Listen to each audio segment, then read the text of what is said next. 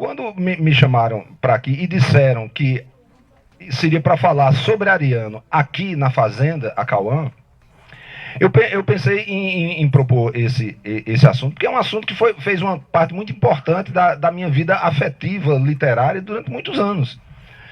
Eu tive a alegria de poder, conversando com Ariano, dizer que o Romance da Pedra do Reino foi um livro que eu qualifico como um dos livros que mudaram minha vida, ou seja, um dos livros que me fizeram dobrar uma esquina na vida que eu não dobraria se não tivesse lido aquele livro.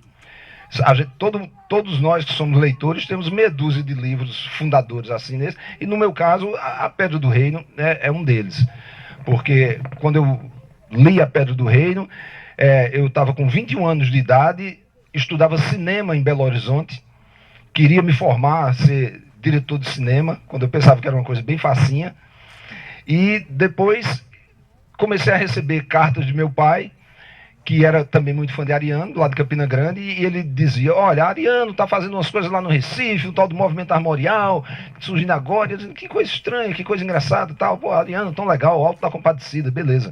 E comecei a ler poemas que eram publicados, poemas de Ariano, do próprio Ariano, e de Marcos Acioli, que faleceu recentemente, né? Foi uma coisa que me entristeceu muito, porque era um poeta que eu admirava muito, um amigo que eu encontrei poucas vezes, mas sempre com um diálogo sobre literatura, muito bom, e tínhamos várias identificações, assim, em termos de literatura, de poesia, de tudo mais. Aí eu me interessei de ler o Romance da Pedra do Reino. E quando comecei a ler, aí eu percebi que eu achava Paraíba um lugar... Eu disse, não, eu quero... de Belo Horizonte eu vou sair para o Rio de Janeiro, São Paulo, e de lá para a Europa. Porque a Paraíba é um lugar velho poeirento, só tem matuto, jumento com os caçoar pendurados, entende? Matuto chapeado com balai na cabeça, levando feira e trazendo, entende? Ou lugar horroroso, cerca de avelóis, chique, garrancho, entende? Era a visão que eu tinha do sertão nessa época. E quando eu comecei a ler o Romance da Pedra do Reino, eu disse, não, rapaz, aquilo é a Grécia Antiga. Aquilo é um lugar mitológico, é um lugar grandioso, maravilhoso e transcendental. Entende? Porque Ariano, com a prosa dele, dava essa sensação de que realmente esse sertão da Paraíba, quando ele falava aquela coisa que o planeta Terra é a onça, e que nós somos os piolhos nos pelos da onça, a raça piolhosa em cima da onça do mundo, e assim por diante. Eu achava isso um negócio maravilhoso, eu nunca tinha lido nada parecido. E voltei para Paraíba, e foi quando eu comecei a me interessar de verdade por cantoria de viola, literatura de cordel, poesia paraibana, arte paraibana, tudo. Eu estava brincando com o menino aqui no carro, eu digo, até a arquitetura paraibana. Eu paro assim, diante de uma parede dessa, uma parede de supapo, eu digo, olha que coisa linda, aí vou tirar fotografia, entende? Porque você descobre a beleza do real. Não é só a beleza do esteticamente bem composto, é a beleza do real, do que foi feito para ser verdadeiro e não para ser belo. Entende? É um conceito diferente de beleza. E quem gosta desse conceito da beleza, quem procura a verdade, acaba achando a beleza. E essas pessoas vindo aqui ao sertão, vindo à Paraíba, vindo ao Nordeste do Brasil, vão ver muita beleza, porque vão ver muita verdade. Um dos episódios centrais da história do Romance da Pedra do Reino, o primeiro de todos, o original, é o crime acontecido na noite de 24 de agosto de 1930, quando Dom Pedro Sebastião Garcia Barreto é assassinado dentro de um aposento da fazenda onde ele mora. É a Fazenda da Onça Malhada de Dom Pedro Sebastião Garcia Barreto. Só que a Fazenda da Onça Malhada é esta casa aqui. Entende? E isso, para nós, leitores de Ariano, ficou claro desde muito cedo, porque a imprensa revelava, botava fotos, essa coisa. E eu via as fotos que saíam no jornal, Diário de Pernambuco e tudo mais. Esta aqui é a Fazenda da Onça Malhada, a Fazenda Cauã, que no livro de Ariano, não sei o que. Eu digo, eita, rapaz, aquela torrezinha ali, foi lá que teve o crime. Tem um sino, a Torre do Sino junto, não sei o que, não sei o que. Então, isso para mim era um lugar mítico, porque era como se você chegasse, sei lá, um desses romances policiais clássicos de Agatha Christie, ou de Sherlock Holmes, e de outros, e eu chegasse assim em Londres e visse o lugar. Para mim é como se eu fosse a Londres e visse a casa de 221B de Baker Street. Eu dizia, eita rapaz, era aqui que Sherlock Holmes morava, entende? São lugares míticos da nossa paisagem de leitor, da nossa mitologia pessoal de formação, porque o poder da leitura como formadora desses sonhos, dessas imaginações, desse conjunto de imaginário que a gente vai criando é muito forte.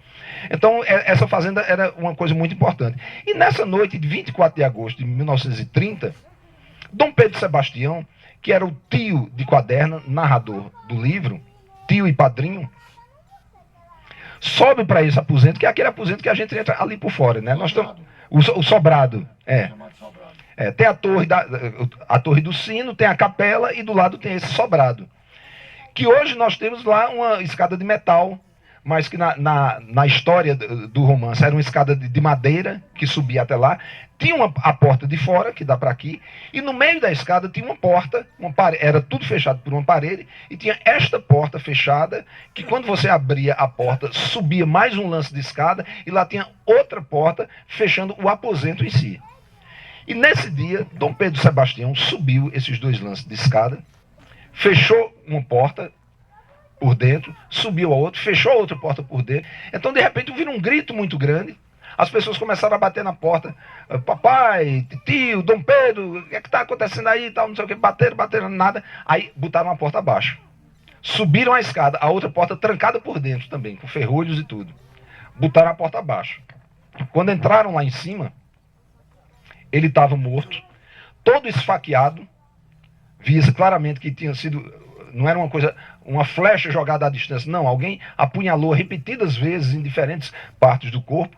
E ele estava com um símbolo ferrado, com ferro em brasa, na pele. Uma meia-lua com uma cruz em cima. Então, quem matou, quem foi, fugiu por onde? Aí, porque as duas portas estavam trancadas. O aposento não tem nenhum outro acesso.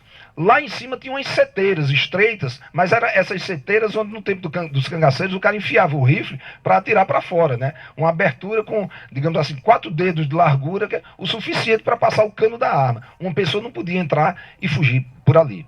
E o terreiro, em frente à fazenda, estava cheio de gente. Não podia ter entrado pelo telhado, e ninguém viu ninguém subir, e nada. Então, Quaderna, quando está respondendo ao interrogatório do juiz corregedor, que é praticamente a segunda metade do livro toda é esse interrogatório do juiz interrogando Quaderna sobre esses crimes, ele diz assim: e quem matou o seu tio? Aí diz: ninguém pode saber, senhor corregedor. É um mistério terrível. Agora é um mistério tapuia sertanejo, um mistério nordestinamente e autenticamente brasileiro, que não tem nada a ver com esses mistérios furreca que tem aí dos estrangeiros, essas besteiras. Eles, mas não tinha nenhum indício. Sabe, com indício é muito fácil. Com indício qualquer detetive estrangeiro resolve, né? Justamente nos indícios que eles se baseiam para resolver os crimes. O meu não tem indício nenhum. Não tem vela dobrada, não tem alfinete novo, não tem disco mortífero, não tem nenhum desses truques. Foi em cima dessa frase, quando eu li o livro pela primeira vez, que se acendeu uma luz na minha cabeça de leitor de romance policial. Quando ele fala em vela dobrada e em alfinete novo. 2 livros de Edgar Wallace, que eu li quando era menino. A Pista da Vela Dobrada e A Pista do Alfinete Novo, são 2 crimes de quarto fechado. Olha aí, Ariano, com essa goga todinha que é sertanejo, que só gosta do que é brasileiro, ele lê Edgar Wallace também. Eu sabia que ele lia Edgar Wallace também. E depois, quando conversei a primeira vez com o Ariano, ele confirmou isso. Disse: não, sou muito... Edgar Wallace era um portento, esse sujeito. Ele foi o escritor mais vendido da Inglaterra durante as primeiras décadas do século XX. Ele vendia milhões de exemplares. Ele produzia tantos livros policiais que ele tinha na época o que chamavam de ditafone. Ele não escrevia. Ele fazia os livros dele falando. É um exemplo de literatura oral. Entende? Porque ele sentava assim e dizia: fulano cruzou as pernas, olhou para a cara do inspetor e disse: mas meu caro inspetor, o senhor não está pensando por acaso que eu sou membro da gangue, não sei de que... Então ele ia fazendo as cenas como se fosse um teatro, entende? E depois a secretária copiava tudinho. E os livros saíam vendendo como água, entende? Ele era riquíssimo, perdeu muito dinheiro porque ele fez um livro que tinha um criptograma, uma coisa cifrada em código, e ele... lançou esse negócio, acho que ele tinha uma coluna de jornal, e ele disse assim: pagarei 100 libras a quem decifrar esse criptograma. Ele se esqueceu de botar assim: pagarei 100 libras ao primeiro que decifrar esse criptograma. Aí chegaram 1857 respostas no jornal e ele teve que dar 100 libras a cada um, porque botaram ele na justiça. Entendeu? Ele perdeu muito dinheiro com esse negócio. E era um escritor, assim, caudaloso, que produziu uma obra de centenas e centenas de títulos. Quando eu conheci Ariano, aí eu disse: Ariano, você lia Edgar Wallace? Lia, gostava demais. Aí ele me falou isso, ele disse: você leu Os Olhos Velados de Londres? Eu disse: não. Aí disse, pois leia. E é muito engraçado, porque Os Olhos Velados de Londres tem um teatro e tem um cego. 2 elementos da obra de Ariano. É um bandido que é cego, mas ele tem uma audição muito grande. E ele escreve peças de teatro, e o irmão dele é dono do teatro, e abre as portas do teatro para o teatro viver cheio, porque as peças são muito ruins e ninguém quer assistir. Então ele distribui ingresso de graça e o teatro vive cheio, porque se for cobrar ingresso, as pessoas não querem assistir. E ele era cego também, e ele se orientava, mesmo cego, ele se orientava, fazia todas as coisas com perfeição. Quaderna quando fica cego, depois do episódio do Lajedo, na Pedra do Reino. Edgar Wallace era tão famoso que tem uma foto muito conhecida de Lampião lendo um livro de Edgar Wallace. Para vocês verem. Lampião era o leitor de Edgar Wallace igual a Ariano. Entende? Olha que loucura. E ele morreu depois, ele era inglês, transferiu-se para os Estados Unidos, e ele foi, uma das últimas coisas que ele fez em vida foi de ser um dos roteiristas do filme King Kong, o original, de 1933. Ele morreu por essa época. Entende? Ele participou do roteiro, das primeiros tratamentos de roteiro do filme King Kong, o original. Então era uma figura notável, e tinha muito, eu acho, essa identificação com o Ariano, de ser um cara que não só gostava de aventuras, como escrevia falando. Porque Ariano escrevia à mão, mas toda a literatura de Ariano, para mim, é uma literatura oral, é uma literatura verbal. Você sente o tempo todo uma voz contando uma história e tudo mais.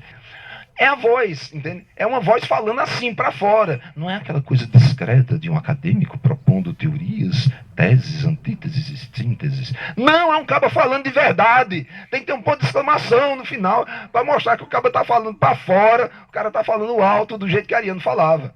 Entende?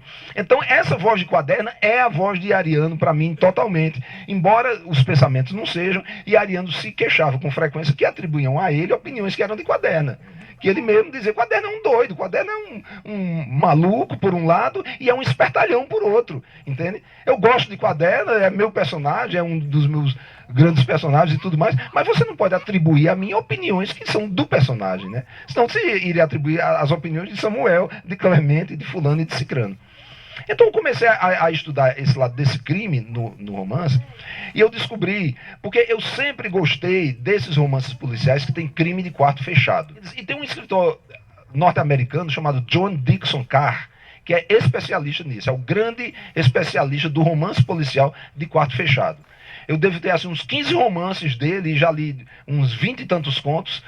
Tudo isso são os crimes impossíveis. E não é só o quarto fechado, é assim, o cara que é encontrado estrangulado num campo coberto de neve, onde só tem as pegadas dele. Liso, liso, liso, branquinho, só as pegadas dele, o corpo dele caído no meio daquele campo, e ele está lá morto, estrangulado. Por onde fugiu o criminoso? Pisando no mesmo lugar que ele tinha pisado e assim por diante. Entende? Sempre tem uma saída engenhosa. E o bom desses romances é que isso se torna um jogo entre o escritor e o leitor.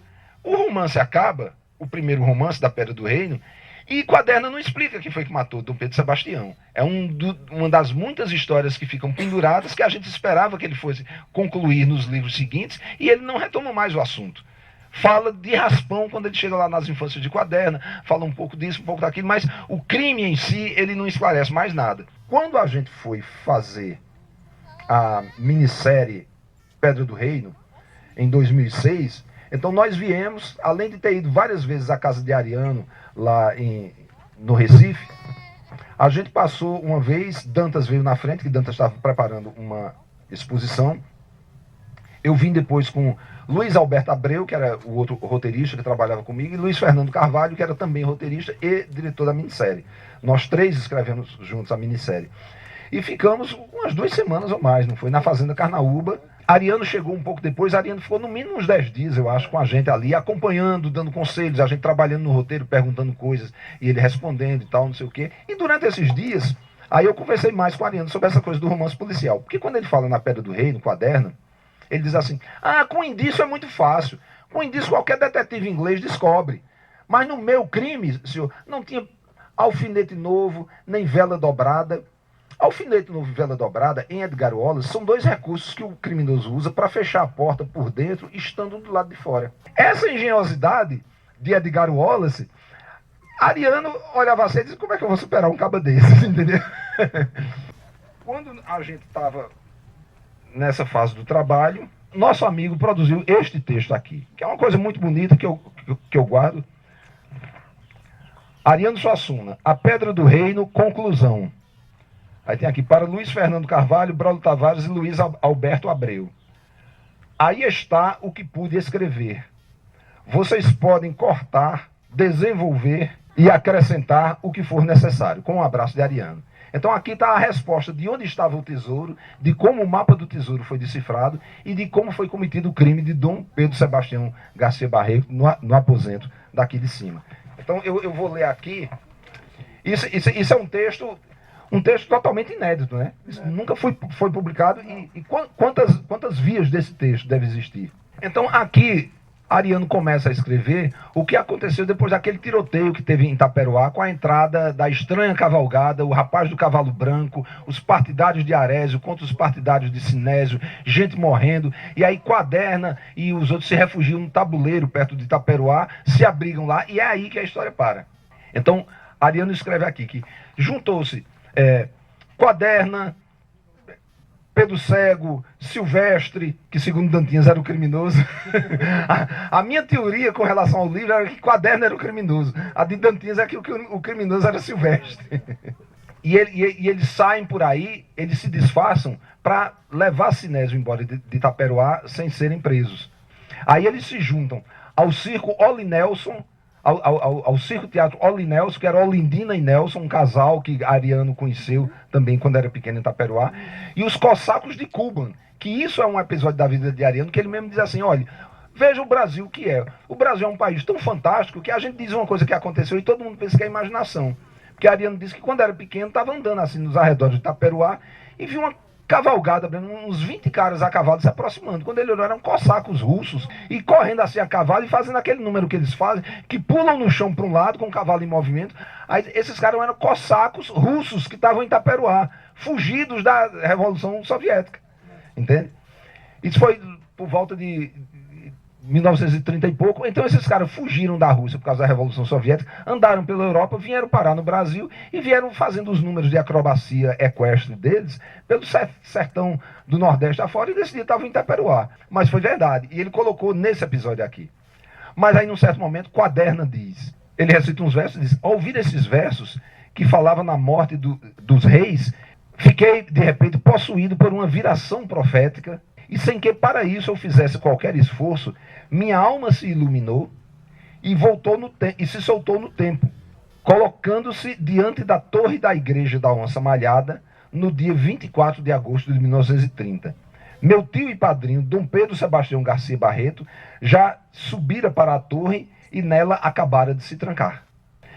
De repente, voando no céu, eu assisti a 3 aves de rapina que são as emissárias da moça Caetana, a cruel divindade sertaneja da morte. O gavião vermelho Caintura, o negro Malermato e o carcará negro, castanho e branco, Sombra e Fogo. Num pique violento e fatal, eles penetraram na torre pelas seteiras, fechando as asas no momento da passagem pelas estreitas aberturas, como se fossem 3 flechas sombrias e letais. Noutro arrebato profético, minha alma também se transportou para o interior do aposento, onde estava meu padrinho, e eu vi, quando, assim que entraram, Caintura, Malermato e Sombrifogo se transformaram em 3 homens altos, belos e sinistros, 3 arcanjos luciferinos e perigosos. Os 2 gaviões estavam armados de punhais longos e reluzentes, parecidos com aqueles que os cangaceiros do grupo de Lampião exibiam no filme de Abraão Benjamin. E o arcanjo Carcará trazia na mão o ferro incandescente que já descrevi ao Senhor mais de uma vez no decorrer deste meu depoimento. Foi assim que, aterrado e impotente, vi Caintura e Malermato apunhalando o corpo e a garganta do meu padrinho. Isto é, vi os 2 inoculando no sangue dele a peçonha fatal que eu iria sagrar e consagrar de vez por um acesso mortal do mal da Caetana, a morte. E consumada a morte, vi Sombrifogo queimar sua espádua com ferro incandescente, fato após o qual os 3 se transformaram de novo em aves de rapina, saindo pelas seteiras e voltando para junto de sua mãe. De maneira que, resolvidos assim todos os enigmas que um dia serão propostos em minha epopeia, espero resignado a sentença. O senhor vai me condenar, não vai? Porque toda essa história de Quaderno é porque ele queria ser condenado. Aí o juiz corregedor disse, eu vim aqui para Taperoá, certo de que o senhor era o criminoso, mas o senhor contou umas histórias tão sem pé nem cabeça, tão fantásticas e tão absurdas, que eu estou achando que o senhor é doido, e eu não vou condenar um doido, o senhor está liberado, pode ir para casa. Ele disse, não faça uma desgraça dessa não, que o senhor vai me desmoralizar. Aí o juiz diz, mas por quê? Ele diz, porque eu preciso escrever a minha obra no cárcere. Eu tenho que ser preso, porque como Cervantes escreveu Dom Quixote no cárcere, eu tenho que escrever a minha obra genial da raça brasileira no cárcere também. Porque só assim eu atingirei a grandeza de Cervantes. Aí o juiz diz, mas eu não posso fazer uma coisa dessa. Ele diz, o senhor não tinha me dito que tinha recebido uma carta anônima dizendo que eu era o culpado desses crimes todos daqui de Taperoá? Aí o juiz disse, recebi de fato. Mas eu estou achando que quem mandou essa carta anônima não foi o senhor se incriminando. Aí ele disse, neste momento fiquei paralisado de terror, porque era eu mesmo que tinha mandado a carta anônima. Aí o juiz disse, não vou mandar prender o senhor, não faria uma coisa dessa. Aí disse, mas eu tenho que escrever minha obra no cárcere. Ele disse, então faça o seguinte, me empresta a sua escrevente, a Margarida, essa moça tão loura e tão bonita que está aqui lhe assessorando, e permita que eu venha todo dia aqui para a cadeia escrever o meu livro. Porque aí mesmo não sendo preso, eu posso dizer que escrevi o meu livro no cárcere. Então isso aqui foi o arranjo que Ariano fez, e que eu achei muito interessante, porque é um arranjo que, de acordo com os preceitos da literatura policial, não seria válido. Porque todos os estatutos da literatura policial, que saíram muito durante a década de 20, principalmente, década de 20 e de 30, na Inglaterra e nos Estados Unidos, então toda vez que tem um crime misterioso, ele diz assim, o crime misterioso do romance policial clássico tem que ser explicado e elucidado de acordo com as leis do mundo real. Não pode ter uma solução fantástica. Você não pode dizer que foi um fantasma que chegou, você não pode dizer que foi um vampiro que passou por dentro do buraco da fechadura, você não pode dizer que foi um viajante no tempo, que vinha numa máquina do tempo e voltou ao passado e matou o cara e depois fugiu na máquina do tempo de dentro do quarto fechado e assim por diante. Então, nesse sentido, a solução de Ariano não é uma solução do romance policial europeu clássico, mas é uma solução dentro do romance fantástico negro sertanejo tapuia, que é o que ele está escrevendo. Então está totalmente de acordo, não com a estética do clássico, mas com a estética dele, com a estética do próprio Ariano e com a estética do próprio Quaderno, que é o narrador. Mas eu acho ainda, isso aqui eu quero encerrar dando a minha opinião pessoal, que isso aqui foi uma gentileza que Ariano fez. Porque a gente estava querendo filmar a coisa da minissérie, ele sabia que tinha prazos, que era necessário atingir um público muito grande, sei lá. Mas eu ainda estou preparando uma argumentação muito bem fundamentada, porque eu tenho vários trechos do romance da Pedra do Reino, que para mim indicam claramente que era Quaderno o assassino. Que foi Quaderno que mandou matar, ou que matou pessoalmente, o Dom Pedro Sebastião Garcia Barreto, porque queria ser herdeiro dele. Para que ele era inimigo de Arésio, era amigo de Sinésio, e ele queria provocar com essa morte uma guerra entre os dois, e ele confiava que, como Sinésio era a reencarnação de Dom Sebastião, acabaria vencedor dessa guerra, e como ele era amigo de Sinésio e co-herdeiro também de Dom Pedro Sebastião, como afilhado e sobrinho, ele herdaria alguma coisa. É uma teoria minha que eu tenho certeza absoluta que não era a ideia de Ariano, mas isso é para provar que no romance policial clássico, apesar de existir a opinião do autor do livro sobre quem era o criminoso, você pode discordar. E tem uns exemplos que eu já comentei lá no meu blog, do Mundo Fantasma, de dois clássicos da literatura policial, que um estudioso francês chamado Pierre Bayard, ele mostrou que esses livros que são clássicos têm, dada pelo autor, uma solução falsa. Então ele pegou O Assassinato de Roger Ackroyd, que é um clássico do romance policial de Agatha Christie, e O Cão dos Baskervilles, de Conan Doyle, que é uma aventura de Sherlock Holmes. Então eu tenho dois livros em que esse cara desconstrói esses dois romances, mostra que Agatha Christie estava errada e que a solução dele é melhor, e é melhor do que a de Agatha Christie. E ele pega Os Cão dos Baskervilles e mostra que a solução de Sherlock estava errada e a dele é melhor. E a dele é melhor do que a solução de Sherlock Holmes. Muito mais bem argumentada, explicada e justificada com trechos do próprio livro. Entende? E eu acho que é possível fazer isso. Eu espero daqui para os 80 e tantos anos ter a ocasião de reescrever pelo menos um pequeno conto de 20 ou 30 páginas, dando para vocês, e aí eu me comprometo a voltar aqui na Fazenda Cauã e apresentar pessoalmente esse livro, contar para vocês qual foi o verdadeiro criminoso da noite de 24 de agosto de 1930 na Torre da Fazenda Onça Malhada. Muito obrigado.